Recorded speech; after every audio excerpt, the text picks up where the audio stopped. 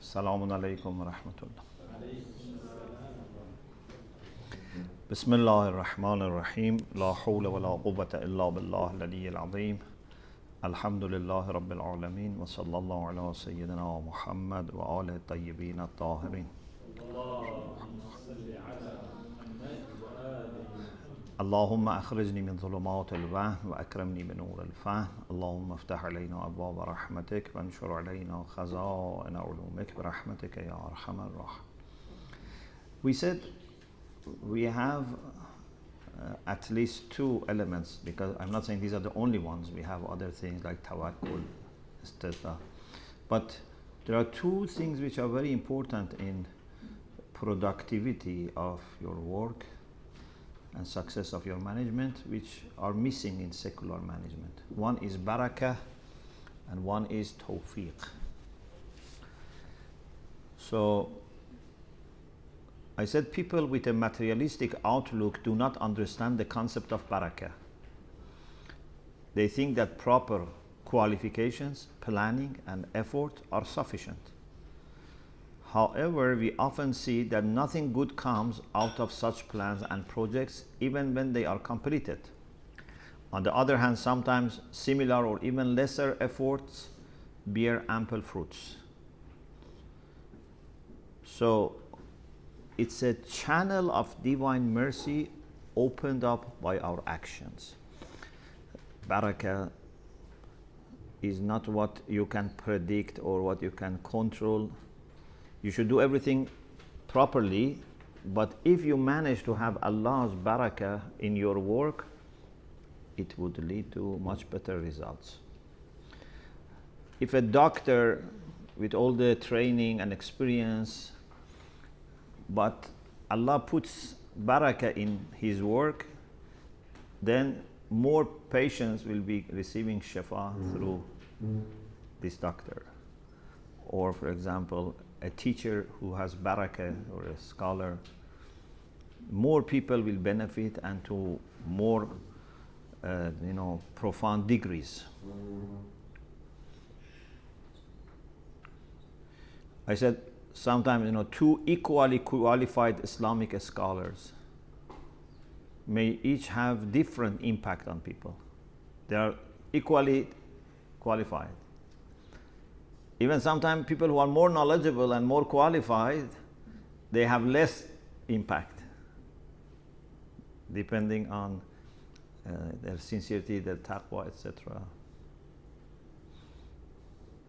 So, what are the things that we can observe for barakah? One is very important to have good intentions. Barakah of any action can be secured right at the time of planning. If from very beginning of planning your intentions are sincere, then inshallah you will have barakah.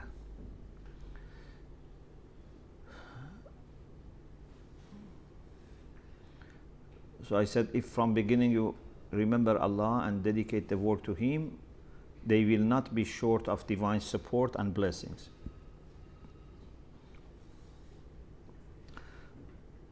If a business is started for the sake of material gain alone, then you also hold some dua, give some sadaqah, etc. This will not recover that sincerity of intention. Yeah. So sometimes my aim is just to make more money and try to give sadaqah, say, let us bless our business with dua, hadith, kasa, etc. It has some impact. But if from beginning your intention is that I want to run this business for the sake of Allah, to look after my family, help people who are in need, do good work, it's different. Therefore, we should dedicate our affairs to Allah from the moment that we initiate the planning process. If you cannot dedicate to Allah, at least involve Allah subhanahu wa ta'ala. It is said that Sheikh Ja'far al-Shushtari, we quoted him once, he sat once on member pulpit and said, all the prophets, messengers, awliyaullah have asked you to be pure and sincere, to be mukhlis. But I ask you to be mushrik. People were surprised.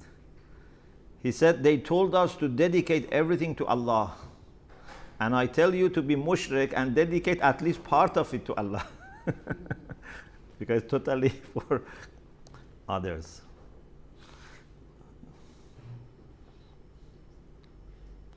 Unfortunately, we have become mukhlis sometimes in the sense of giving everything to others. It's a negative ikhlas. You know the story of Masjid Zirar, and that how Allah said to the Prophet, instead of here you should say prayer in the mosque that from the very beginning is built on taqwa. لَمَسْجِدٌ أُسِّسَ عَلَى التَّقْوَى مِنْ أَوَّلِ يَوْمٍ أَحَقُّ أَن تَقُومَ فِيهِ. So any center, any school, any hawza, if from the day of planning is dedicated to Allah subhanahu wa ta'ala, it has different impact and barakah. Also, in addition to sincerity of intention, try to benefit from the times of increased barakah and blessings. Okay? For example, month of Ramadan is the month that has lots of barakah. You know, Rasulullah in his sermon in the end of month of Sha'ban, last Jum'ah, he said, أَيُّهَا النَّاسِ قَدْ أَقْبَلَ إِلَيْكُمْ شَهْرُ اللَّهِ بِالْبَرَكَةِ وَالرَّحْمَةِ. The first thing Rasulullah said is that the month of Allah has brought you barakah. So, if our projects, our, for example, work are starting in the month of Ramadan, the planning at least starts in the month of Ramadan, that would be great. I'm not saying wait 10 months, 11 months, do nothing so that month of Ramadan comes. But if you can in advance plan things and hold main meetings, main decision making things in the months of Ramadan, that would be amazing. But this is one example. We have also, for example, days of Eid. We have night and day of Friday that we can benefit for barakah. Or some places that have barakah. Maybe some of our main meetings, we can do it in the shrines, in the places that many people have said their prayer, in the mosques, etc.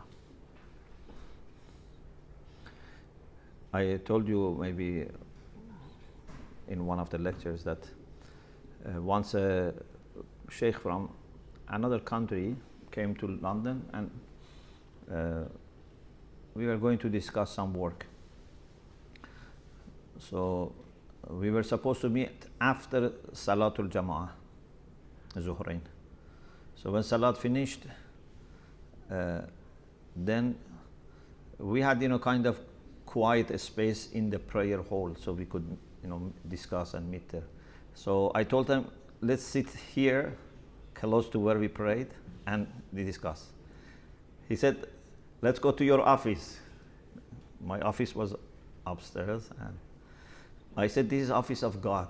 It's better than my office because this is the where people pray. And so I was feeling this can be more productive when we discuss there. I'm not saying it's bad to do in the office, but this is the way I felt.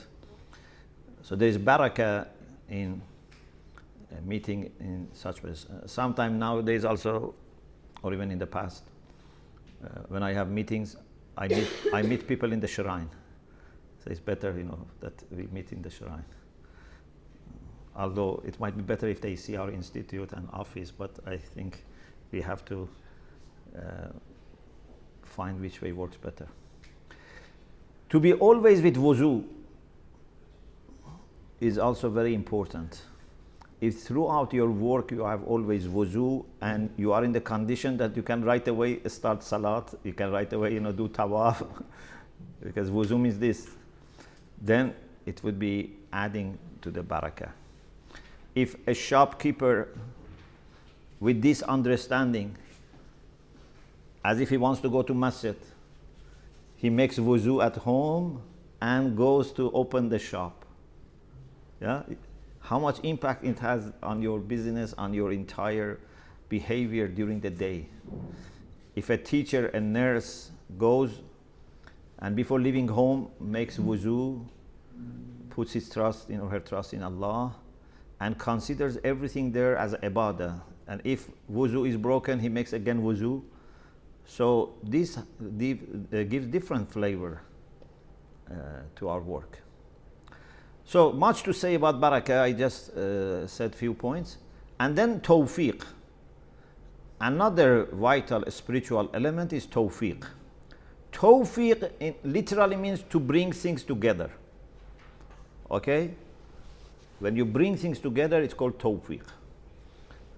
Wifaq means to be together. We do not exist in a vacuum. So, when you want to do something, many things should come together. It's not just you make a decision, for example, to study. You have to have lots of conditions met so that you can study. Your health, having free time, not to be engaged with difficulties in family, I don't know, neighborhood and community, peace, safety, to have, good amount of risk so that you can study. You have to have teachers, you have to have textbooks, you have to have classmates. There are lots of things that should come together so that you can do something that may look very simple. I decided to study and I studied. So, tawfiq means that when I want to do something, Allah helps that all these things come together. All the asbab, all the causes and conditions are met so that I can do something. And this has some reasons. It's not by accident that someone gets tawfiq, someone doesn't get tawfiq. Someone wants to go to ziyarah, gets tawfiq, someone doesn't get tawfiq. We don't want to say all the people who go to ziyarah are better than the people who don't go to ziyarah. But everything being equal, there is a chance that someone has tawfiq to go and another person doesn't have chance tawfiq to go. Okay? But we cannot say everyone who goes, it was because he had tawfiq. No, sometimes people maybe go for ziyarah and they should not have gone for ziyarah. Maybe they abandoned an important duty and they have gone for ziyarah. Okay? We are not saying everyone who does something is because of tawfiq. But we are saying that everything being equal, sometimes two people with equal conditions and equal desire, they want to do something, one gets tawfiq, other ones get. Many students go to Hawza to study, they make efforts, but some people get tawfiq to continue, some don't. Or some get tawfiq to utilize their knowledge, some they don't. So, tawfiq is very important. Sheikh Abbas Qummi Rizwanullah Ta'ala alayhi, as an example. He was very knowledgeable, but he was not the most knowledgeable person of his time and neighboring centuries. Yeah, it's not that we say his work has been very useful because he was only more knowledgeable than others. Maybe there were people among his, even teachers or among his friends that they had more knowledge than him maybe. Or they had knowledge in different fields. But there was something in Sheikh Abbas that made his work very blessed, very mubarak. And at least what we know is his sincerity. Maybe there were other factors. Maybe he had du'as of parents. I don't know. Maybe he did something that Allah especially helped him. But the thing that we know is that he was very sincere in his actions, to the extent that he was even not talking about his work, to his father. So it is said that once Sheikh Abbas was with his father in a majlis when he was still maybe younger, and the author was quoting from one of the books of Sheikh Abbas al-Qawmi without mentioning the name. He was quoting from the book Manazilul Akhirah. And his father said, I want to be like the author of this book. Try to become like him. And he didn't say it was my book. It needs lots of control over your nafs. Because you can say, I want to make my father happy but he didn't say anything. And now, imagine, maybe you don't find any Shia house without a copy of Mafati. Yeah, and many houses maybe have more than one copy. His book is now kept next to the Quran, next to Nahj al-Balagha. Maybe there are houses they don't have Nahj al-Balagha, but they have Mafati. And before him, there were many other books of dua. Some of them still scholars use, but his book was something that people found adequate. The way he did it with du'as, etc. Or Allama Tabatabai Rizwanullah Ta'ala alayhi. Over centuries, we have many tafasir. Even in the Shia only, we have tens of tafasir of the Quran. But one person with all the limited resources that he had, he didn't have lots of money to employ aides and assistants, etc., to have a large library. So with limited resources, and also he started Al-Mizan when he was already ill. Okay? But he has compiled the best tafsir so far. And anyone else also in future who writes tafsir, like some of the students of Allama have made good works, but they rely on him. Maybe they have new contributions, but no one can ignore Al-Mizan. They all need to benefit. So now, every Shia and even some Sunni people, whenever they want to understand Quran, they refer to Al-Mizan or to works which are based on Al-Mizan. For example, Tafsir Namunah is very good tafsir, but one of the main sources is Al-Mizan. Ayatollah Jawadi Amuri has Tasneem, which will be, I don't know, in 80 volumes, how many volumes, but his student of Allama has benefited from Allama, but has new content. So no one can do anything on Quran without consulting Al-Mizan. And the famous story that when Allama was published, still in the process of publishing Al-Mizan and writing Al-Mizan, his brother sent him a message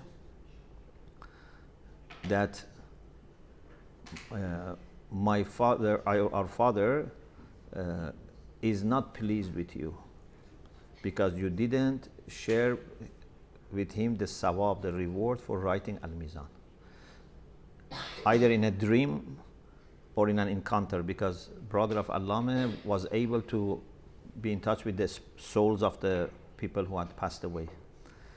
So he said, our father, is not happy with you for this reason. And Allama was surprised because no one knew about his intention. What was his intention? Who was included? Or no one was. And then he said, I didn't share him with me in sawab because I never thought of sawab. So he wrote the best tafsir, but was not every day saying how much reward I'm going to get for this. He just did it because he loved the Quran and he wanted to serve. He was not thinking of what I'm going to receive in return and how I am going to divide this. That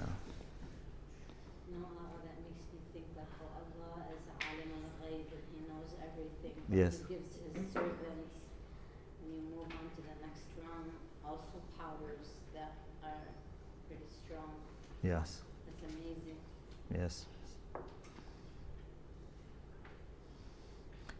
And it was very also demanding to compile Al-Mizan, and how much he was working on Al-Mizan, and leaving aside many things so that he can complete. And it's amazing, that without computer, without lots of books, without lots of assistants, how familiar he was with the Quran, and how he was able to bring different verses of the Quran put together. And many of these verses are not connected with each other through laughs. So it's not that they always have similar terms so that you can just use mu'jama alfaz and find. Many of them are conceptually connected. It's all based on his familiarity with the Quran and being able to put things together. So he had a special tawfiq from Allah subhanahu wa ta'ala.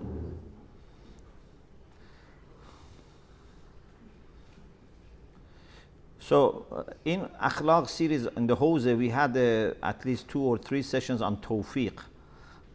If you want, you can refer to those lectures. But here we have put some hadith.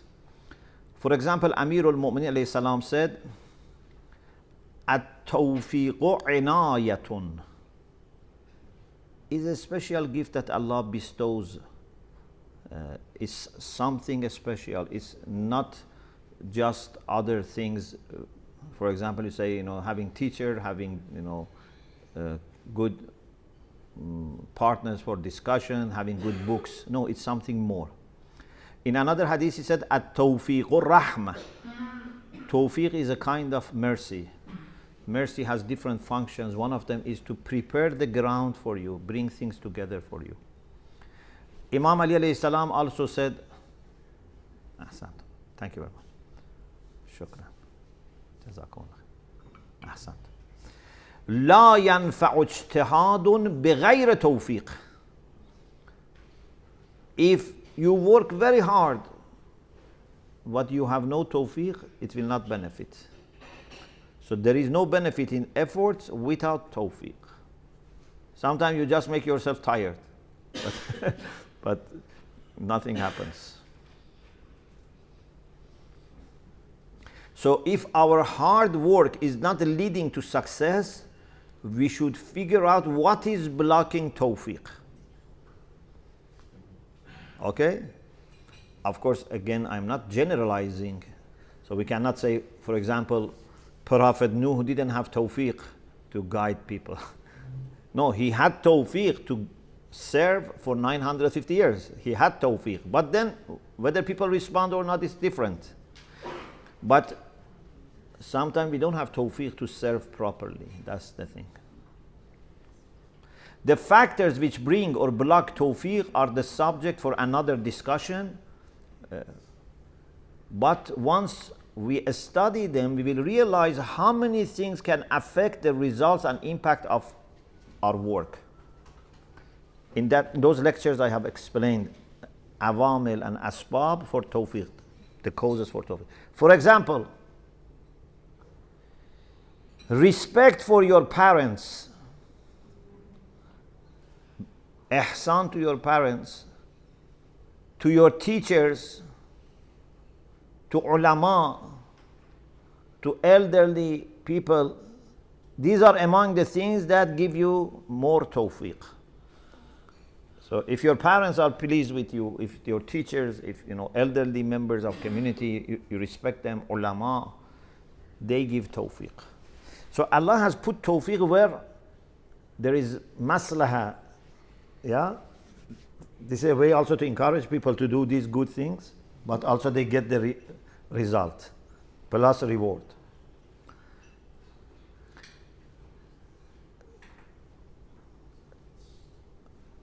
Amir al-Mu'minin also said, "La qa'ida kat tawfiq." There is no leader like tawfiq, in the sense that tawfiq can lead you to success. I said tawfiq is like a gentle wind blowing our sails in the right direction. One of the aspects of tawfiq is when you are not sure, don't embark on anything, don't undertake anything. من التوفيق الوقوف عند الحيرة. Many times we waste our time, energy by doing something when we are not sure, but we get excited, or people pressurize us. Imam Ali also said, التوفيق ممد العقل. Tawfiq aids aql, intellect. Without tawfiq, even wise and rational people may make odd mistakes because they are not ma'soom. Amir al-Mu'minin also said, Ayyuhan nas, innahu man istansaha Allah wuffiqah. If you seek counsel from God, you will be granted tawfiq. So ask Allah to help you, to give you guidance, direction. وَمَنِ اتَّخَذَ قَوْلَهُ دَلِيلًا هُدِيَ لِلَّتِي هِيَ أَقْوَى. If you take Allah's book, Allah's word as your guide, you will be guided to what is the most upright. إِنَّ هَذَا الْقُرْآنَ يَهْدِي لِلَّتِي أَقْوَى.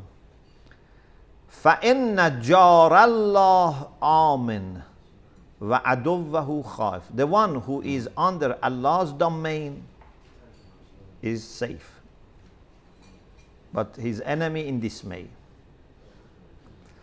Okay, so always remember two factors, barakah and tawfiq, and try to act and plan and manage in the way that inshallah you can secure as much as possible barakah and tawfiq. Don't just focus on the work and the physics of the actions. The next chapter is about decision making. Decision making is very important part of management. Whether related to major plans and changes or minor daily matters, we need to make decisions. There is no way to avoid decisions. So a good manager should understand how to approach this in a responsible and effective manner. So we mentioned here, inshallah, some important components of the process of decision making. Of course, even if you are not a manager, this can help you in your personal life, family life, because we always have to make decisions. One important requirement of success in management is timely recognition of problems. Inshallah, in few minutes we will have a break and then we continue. So, timely recognition of problems. We should not delay decision too much. We should not rush. We should identify that there is an issue which needs decision. Yeah? So if you don't notice that there is something to make a decision about, or you delay too much, there is problem. So a good manager should be able to detect and to address any issues before they start causing complaints, conflicts, disappointment, and resentment among the staff or the people affected by the services and activities of the organization. Maybe, for example, the center, Islamic center, then people who come to the center benefit from the center, other centers, other ulama. There are lots of people who are in touch with the center. Maybe you have a school, parents, authorities, teachers, staff. So before things get into the stage that they make complaints or there is disappointment, we should detect the issues and make decisions without losing sight of the conditions and limitations in place. So it's not that you can change everything quickly, etc. You have to be aware of the conditions and limitations, but you should utilize every opportunity to improve problem areas. Sometimes we may be dissatisfied with the staff, location, regulations, and market, but nothing can be done about this at the present time, sometimes. However, this awareness, in addition to maintaining relations with experts in the field, allows us to remain focused and to be prepared to address those aspects when necessary. So detecting problems is the first step. Even if practically you cannot change or solve, but at least you have to understand this problem, you seek advice, you mentally, spiritually prepare yourself, then inshallah in the right time you make changes. Number 2, reliable assessment. Maybe inshallah we can discuss this after the break. Alhamdulillah Rabbil Alamin.